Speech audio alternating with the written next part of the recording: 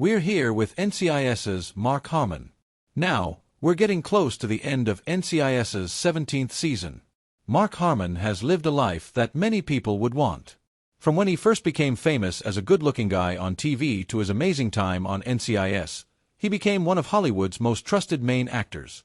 Fans know him for his acting skills, his charm, and how strong he is when the cameras aren't rolling. But even with all his fame and success, Mark has always kept his personal life private. Still, when he turned 73, he talked about one special relationship that meant the most to him. A woman he said wasn't just important, but was the love of his life. Come with us as we look at Mark Harmon's story and find out about the woman who won his heart. From Burbank to being famous. Mark Harmon was born in Burbank, California, and he was the youngest of 3 kids. His family was already well known. His dad, Tom Harmon, had been a star football player, even winning the famous Heisman Trophy, and later became a sports announcer. His mom, Elise Knox, was also a familiar face as an actress, model, and artist. Mark grew up with 2 older sisters who were both connected to the entertainment world. Kristen Nelson was an actress and painter who had once been married to singer Rick Nelson, while Kelly Harmon worked as an actress and model and was married to car designer John DeLorean for some time. His roots went back to Austria, too, through his grandparents on his mother's side. Growing up in this family, Mark had both sports and show business in his blood. But his path wasn't clear right away. After finishing high school at Harvard-Westlake in 1970, he didn't go straight into acting. Instead, football became his first love, the football years. Mark's college story began at Pierce College in Los Angeles, where he played for 2 seasons. His skills were really good, and by 1971, he had offers from big college football programs all over the country. He picked UCLA over Oklahoma, even though Oklahoma had just finished as one of the top teams in the country. UCLA, on the other hand, had a hard time finishing at the bottom of their group. But Mark didn't run away from a challenge when he joined the UCLA Bruins as their quarterback. He made a big difference right from the start. His very first game shocked the football world. The Bruins played against Nebraska, who had been the national champions 2 years in a row. Nebraska was ranked number 1, and UCLA was seen as the team that would definitely lose. Almost no one thought UCLA could win. But with Mark leading the team, the Bruins pulled off an amazing 20-7 victory thanks to a late field goal by Efrain Herrera. It was the kind of game that people remembered for years. Over his 2 years as the starting quarterback, Mark led the Bruins to an awesome 17-5 record. His leadership and skill earned him the National Football Foundation Award for being great at everything in his senior year. Even though he did so well, he wasn't picked in the 1974 NFL Draft. Still, he didn't leave empty-handed. He graduated from UCLA with honors, earning a degree in communications. Looking back years later, Pierce College even put him in the first class of their Athletic Hall of Fame. His time in football had given him discipline, recognition, and a taste of being in the spotlight. But his story was just beginning, and it would soon take a very different turn. First steps into acting. After college, Mark thought about a future in advertising or even becoming a lawyer. He took a job as a merchandising director, but something about it didn't feel right. His life changed when he started acting. At first, it wasn't fancy. His first appearance wasn't even in a drama, but in a commercial for Kellogg's, where he appeared with his father. A small break came through family connections. His sister Kristen had married into the Nelson family, and through Ozzie and Harriet Nelson, Mark got his first acting role in an episode of Ozzie's Girls. That small chance opened the door to more guest roles. By 1975, he appeared in shows like Adam 12, Policewoman, and Emergency. Around the same time, he was cast in a pilot for a show about animal control officers called 905 Wild. It didn't get picked up, but it put him on people's radar. Jack Webb, the legendary producer behind shows like Dragnet, saw his talent and cast him again. This time, Mark starred in Sam, a short-lived series about a police officer and his police dog partner. He also got noticed by critics when he was nominated for an Emmy Award for his role in Eleanor and Franklin, The White House Years. Soon he was appearing in bigger projects like Centennial, where he played a Union officer, and movies such as Comes a Horseman and Beyond the Poseidon Adventure. By the late 1970s, his name was becoming known, but he was still looking for that one role to push him into the spotlight. The opportunities were coming and bigger doors were about to open. getting more famous and breakthrough roles. The 1980s were the years when Mark Harmon truly became a household name.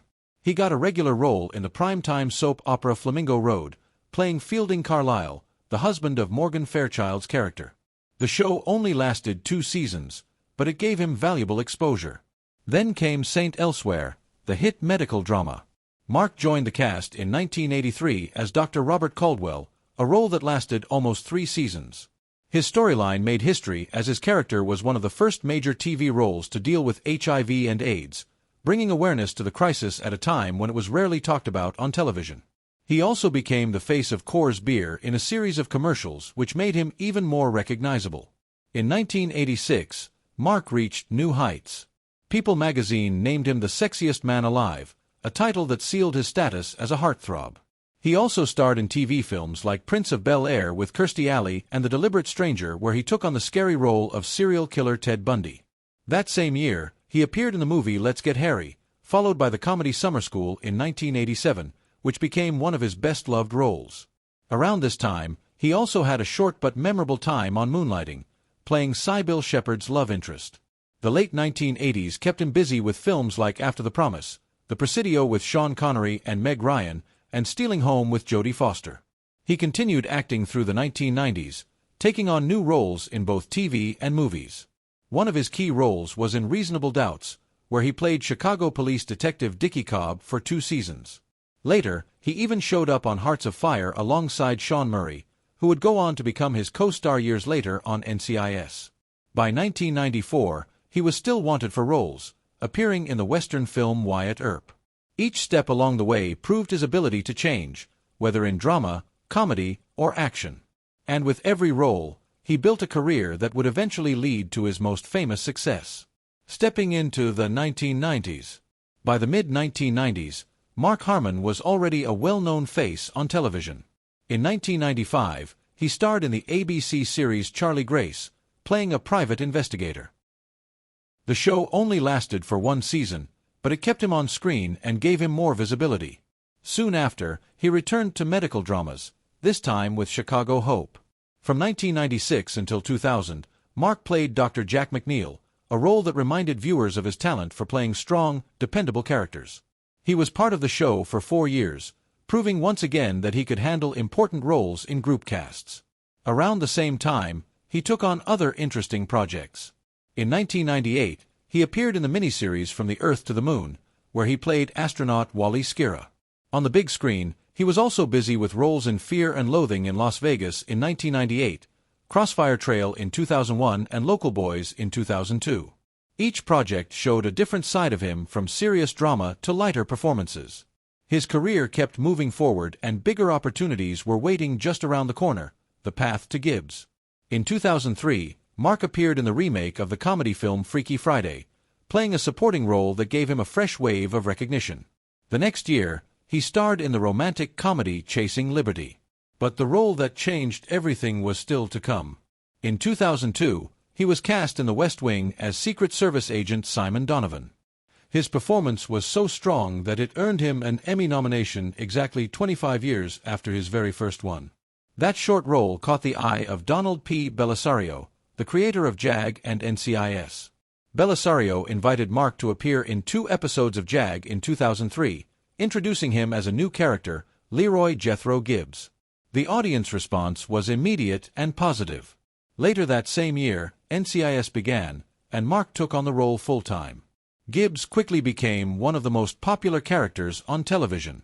Over the years, Mark earned 6 People's Choice Award nominations for his performance, including a win in 2017 for Favorite TV Crime Drama Actor. He was more than just the face of the show. From 2008, he also worked behind the scenes as a producer and later an executive producer. His time on NCIS lasted almost 2 decades, making him a central figure in one of television's most successful dramas.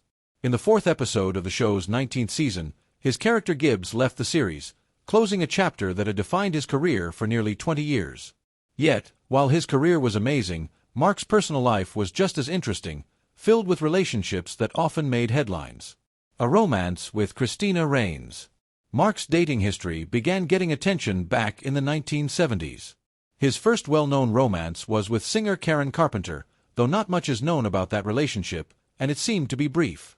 Afterward, in 1979, he briefly dated actress Morgan Fairchild. But his first long-term relationship was with actress Christina Rains, and it was during the early 1980s that their story took shape. Mark and Christina began dating in 1980, and their relationship lasted 4 years before ending in 1984. Even though they broke up, they both spoke kindly of each other in later years. In 1986, Mark looked back on his time with Christina and shared how important she had been to him.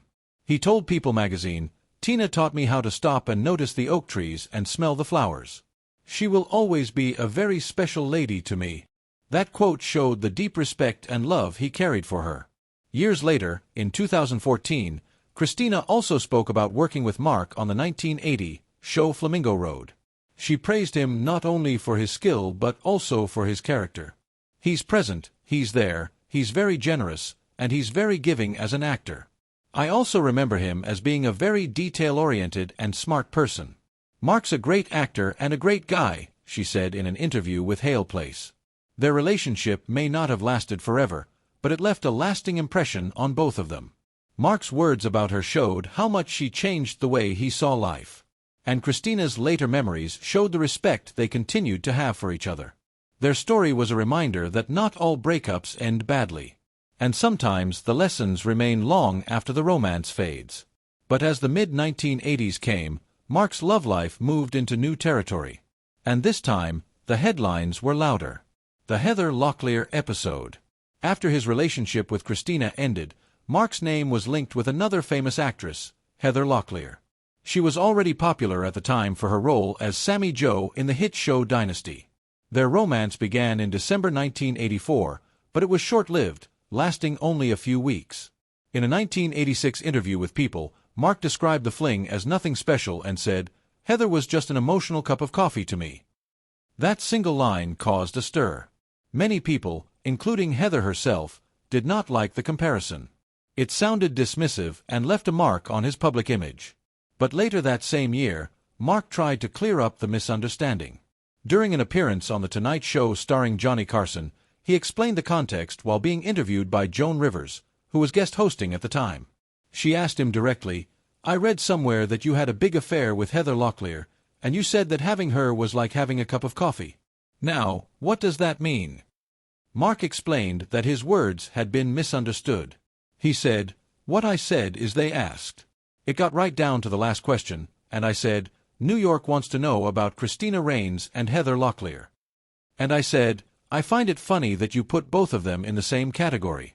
One, I spent 4 years of my life and she taught me how to slow down and smell the flowers and she is a very special lady. And the other one, I had a cup of coffee with." His explanation made it clear that he had not meant to insult Heather, but instead to show how different the two relationships were. Christina had been a deep, meaningful part of his life. While his time with Heather was brief, still the cup of coffee remark followed him for years and became one of the more talked-about moments of his dating history. His dating life often made headlines, but everything changed when he met the woman who would truly change his future. That meeting marked the beginning of a love story unlike any other. A Hollywood love story begins. Mark Harmon and Pam Dauber's marriage is one of the longest in Hollywood. Their story started in 1986, not long after Mark was named People magazine's sexiest man alive. A mutual friend suggested setting them up on a group date. But Mark didn't like the idea of something so formal. Instead, he asked for Pam's phone number so he could call her directly. Mark later laughed about how that first call went. When he called, he got her answering machine. Still, he didn't hang up. He began leaving a message suggesting they could just grab a simple cup of coffee. Pam was actually listening to the call at the time. His words struck the right chord, and she picked up the phone. That night, they went out together, and from then on, they were inseparable. Just 1 year later to the day, they married. Their wedding took place in March 1987 in a small school chapel in Studio City, California. After the ceremony, they headed to Vancouver for their honeymoon where Mark was filming After the Promise. Looking back, Mark once said, "When I marry, I want it to be everything this town says it can't be. I'm not into running around with different people." That promise held true, and decades later, they continued to prove that a Hollywood marriage can last, building a family.